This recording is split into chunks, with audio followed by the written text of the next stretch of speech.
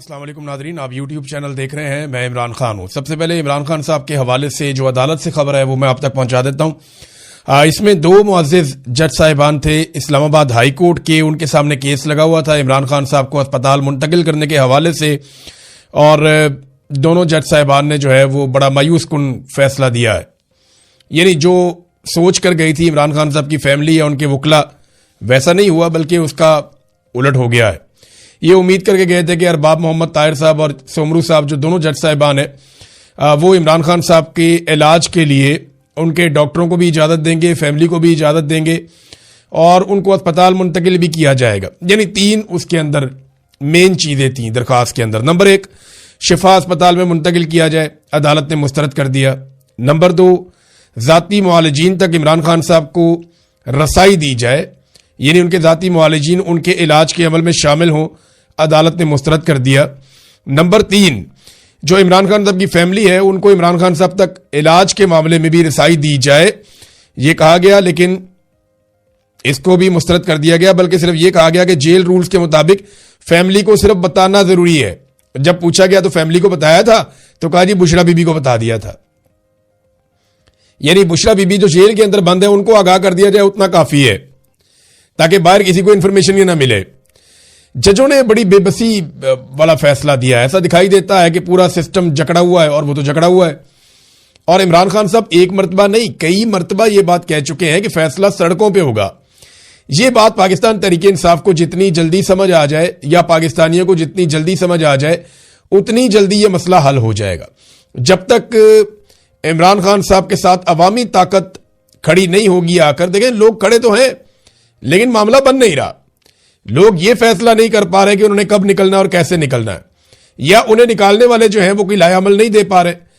اگر تو یہ فیصلہ سڑکوں پہ ہونا ہے تو پھر آج ہو جائے یا 10 سال کے بعد ہو جائے، ہونا تو یہ سڑکوں پہ، اور عمران خان صاحب اس بارے میں کئی مرتبہ کہہ چکے ہیں۔ اب صرف جو عدالتی آرڈر ہے اس میں ایک چیز ہے کہ ایک نیا بورڈ تشکیل دیا جائے ڈاکٹروں کا، اور جو ڈاکٹر ہیں وہ عمران خان صاحب کے ڈاکٹروں سے رابطے میں رہے، اور بورڈ فیصلہ کرے کہ عمران خان صاحب کو اسپتال لانا ہے یا نہیں لے کر آنا۔ عمران خان صاحب کی جو فیملی کے ساتھ ملاقاتیں، وہ تو ایک لارجر بینچ پہلے ہی فیصلہ دے چکا ہے، اور وہ جو لارجر بینچ کا فیصلہ اس کے اوپر عمل درآمد ہوا ہی نہیں۔ یعنی جو عمل درآمد ہونا تھا اس کے اوپر تو عمل درآمد نہیں ہوا۔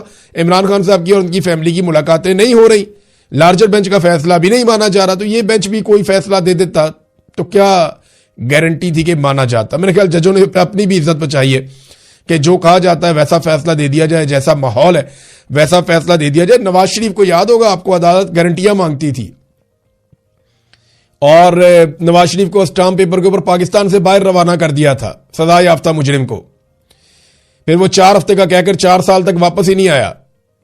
نواز شریف کے لیے یہ عدالتیں کچھ اور تھیں، عمران خان کے لیے یہ عدالتیں کچھ اور۔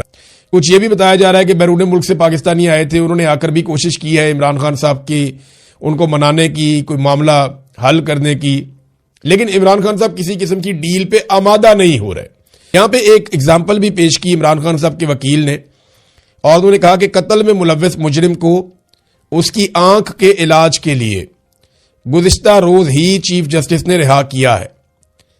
آپ اندازہ کریں، ایک بندے نے قتل کیا ہوا ہے اور وہ گرفتار ہے، اور چیف جسٹس نے ایک دن پہلے اس کی آنکھ کے علاج کے لیے اس کو رہا کر دیا ہے۔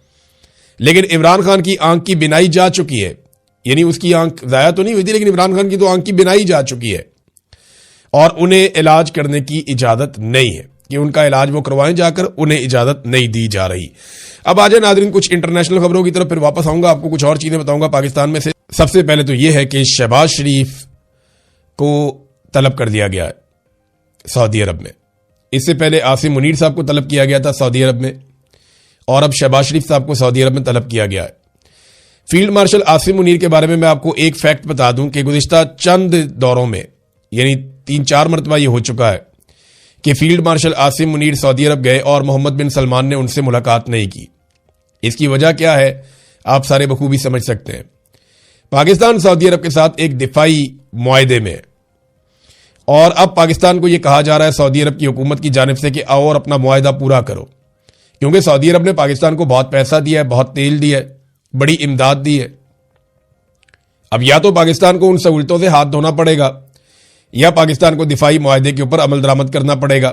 شہباز شریف صاحب کو طلب کیا گیا ہے اور اس سے پہلے شہباز شریف نے رابطہ کیا تھا ایرانی صدر سے. اس میں ایرانی صدر کی جانب سے بتایا گیا کہ شہباز شریف کا رابطہ ہوا تھا, پیوٹن کا بھی رابطہ ہوا تھا, لیکن پاکستان کی جانب سے بالکل کچھ نہیں بتایا گیا کہ پاکستانی وزیر اعظم نے ایرانی صدر کو کیا پیغام پہنچایا. دیکھیں, پاکستانی وزیر اعظم جو ہے نا وہ اس وقت امریکہ کے بڑے خاص لوگوں میں سے ایک ہے, ڈونلڈ ٹرمپ کے بہت خاص وفاداروں میں سے ایک ہے.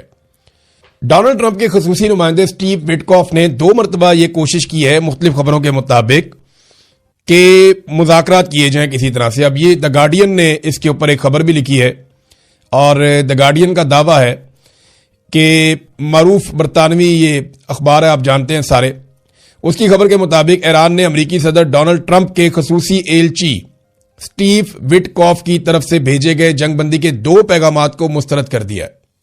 دیکھیں, امریکہ جنگ بندی چاہتا ہے, شہباز شریف کو بھی اس کے لیے استعمال کیا گیا. شہباز شریف نے ایران سے رابطہ کیا کہ جی جنگ بندی کر دیں, مہربانی کریں, آپ امریکہ کی طرف سے بھی ہے اور سعودی عرب کی طرف سے بھی ہے تو آپ جنگ بندی کریں, لیکن ایران نے انکار کر دیا اور اپنی شرائط رکھ دی ہیں. اب سٹیو وٹکاف کی طرف سے بھیجے گئے جنگ بندی کے 2 پیغامات کو ایران نے مسترد کیا کیونکہ ایرانی قیادت کو لگتا ہے کہ وہ جنگ ہار نہیں رہے. ایران کے وزیر خارجہ نے کہا کہ صرف امریکہ کی طرف سے جنگ ختم کرنے کا اعلان کافی نہیں ہوگا. ایران کا موقف ہے کہ جنگ بندی تبھی ممکن ہوگی جب امریکہ یہ پکی ضمانت دے گا کہ وہ دوبارہ ایران پر حملہ نہیں کرے گا. اب ایرانی پارلیمنٹ کے اسپیکر نے بھی سٹیٹمنٹ دیا کہ ایران جنگ بندی نہیں کرنا چاہتا اور دشمن کے ہر حملے کا فوراً جواب دیا جائے گا.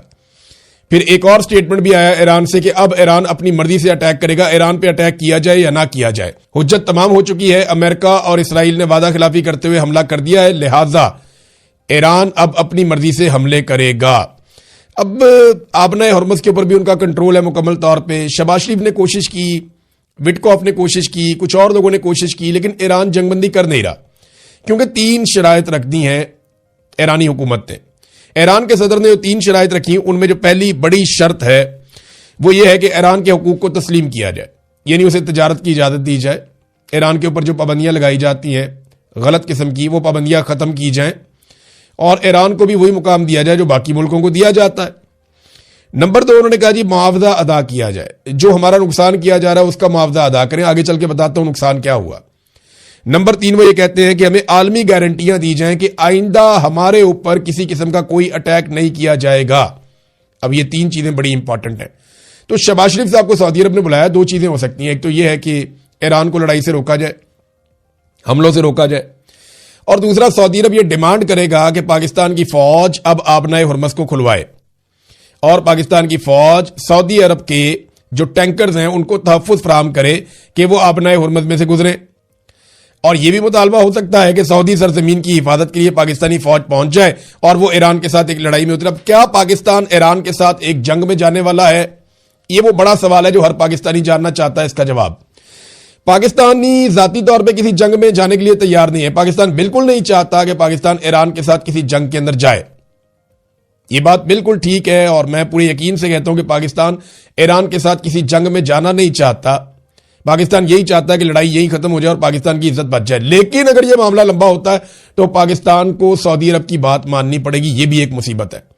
اور اگر سعودی عرب کی بات نہیں مانتا تو وہ فیسلٹی جو سعودی عرب نے پاکستان کو دی ہوئی ہے پاکستان کو اس سے ہاتھ دھونے پڑ جائیں گے.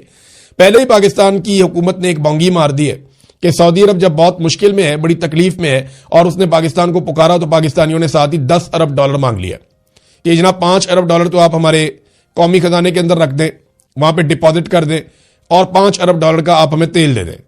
اب پاکستان نے جب اس قسم کی ڈیمانڈ کی تو یہ بڑا عجیب لگتا ہے کہ جب کوئی مشکل میں ہو تو آپ اس کی مشکل سے فائدہ اٹھائیں. اور یہ دیکھیں سعودی عرب کے پاکستان کے تعلقات کسی اور نوعیت کے ہیں. ریاستیں اپنے مفادات دیکھتی ہیں, یہ بات ٹھیک ہے, لیکن سعودیز اس بات کو بھولیں گے نہیں, وہ اس کو یاد رکھیں گے.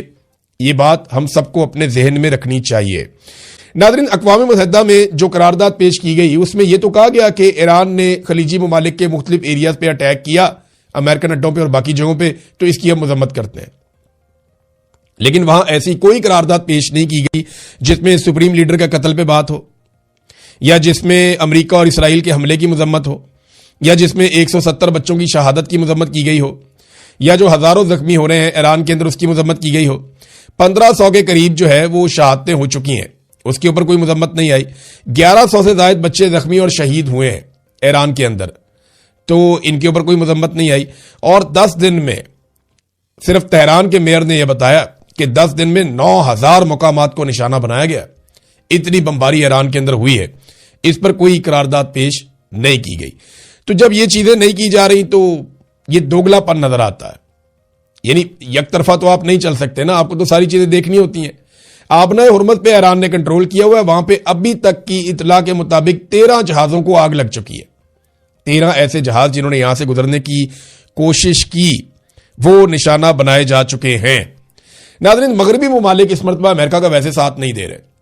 دیکھیں, جو یہ سوچ ہے نا عرب ممالک میں کہ اگر ہم لڑائی کے اندر اترے تو امریکہ اور اسرائیل پیچھے ہٹ جائیں گے اور اس کے بعد ہمیں ایران کے ساتھ ایک لمبی لڑائی کے لیے چھوڑ دیں گے اور پھر ہم ہتھیار ہی خریدتے رہیں گے. وہ مہنگے ہتھیار ہمیں بیچے جائیں گے. کبھی ہمیں ہتھیار بیچے گا امریکہ, کبھی بیچے گا کوئی اور ملک, کبھی کوئی مغربی ملک. تو یہ تو پیسہ بنائیں گے ہم سے اور ہم ایک ایسی لڑائی میں چلے جائیں گے جو ہمیں تباہ کرے گی. دیکھیں نا, ایران اور اسرائیل یہ 2 ملک ہیں اس ریجن میں جنہوں نے اپنے آپ کو ایسے تیار کیا ہے کہ کسی بھی جنگ کی صورت میں اپنے آپ کو بچا سکے. انہوں نے جو ترقی کی ہے وہ دفاعی نقطہ نظر سے کی ہے, ایران نے اور اسرائیل نے. وہ بنکرز انہوں نے بنائے, انہوں نے زیر زمین سرنگیں بنائی ہیں, انہوں نے اپنے ہتھیار بنائے, انہوں نے اپنے میزائل بنائے, انہوں نے اپنے آپ کو ٹرینڈ اور اپنے آپ کو ڈیولپ ایسے کیا ہے. یہ جو خلیجی ممالک ہیں نا, انہوں نے دفاعی نقطہ نظر سے اپنے آپ کو ڈیولپ ہی نہیں کیا. انہوں نے اندھا دھند تعمیرات کی ہیں, بڑی شاندار بلڈنگ بنائی ہیں, بڑی زبردست سڑکیں بنائی ہیں, بڑا شاندار قسم کا سسٹم ڈیولپ کیا ہے جدید ترین, لیکن دفاعی نقطہ نظر سے نہیں کیا. تو یہ بہت وولنریبل ہے. مثال کے طور پہ 2 لوگوں کی لڑائی ہو جائے, ایک کا گھر اینٹوں سے بنا ہوا ہے اور دوسرے کا شیشے سے بنا ہوا ہے, اور دونوں کے ہاتھوں میں مارنے کے لیے پتھر ہو, تو نقصان جو ہے وہ شیشے کا قیمتی گھر جس کا ہوگا اس کا ہوگا. تو عرب ممالک نے اپنے آپ کو دفاعی نقطہ نظر سے ڈیولپ نہیں کیا, اسرائیل نے اور ایران نے کیا ہے. تو ان کا نقصان اتنا نہیں ہوگا جتنا عرب ممالک کا ہو جائے گا. وہ اس بات کو سمجھتے ہیں اور ان کی پوری کوشش ہے کہ کسی طرح ایران پہ دباؤ ڈال کے جنگ بند کروائی جا سکے. اب تک لیتے ہیں, اپنا خیال رکھیے گا, اپنے چینل کا بھی. اللہ حافظ.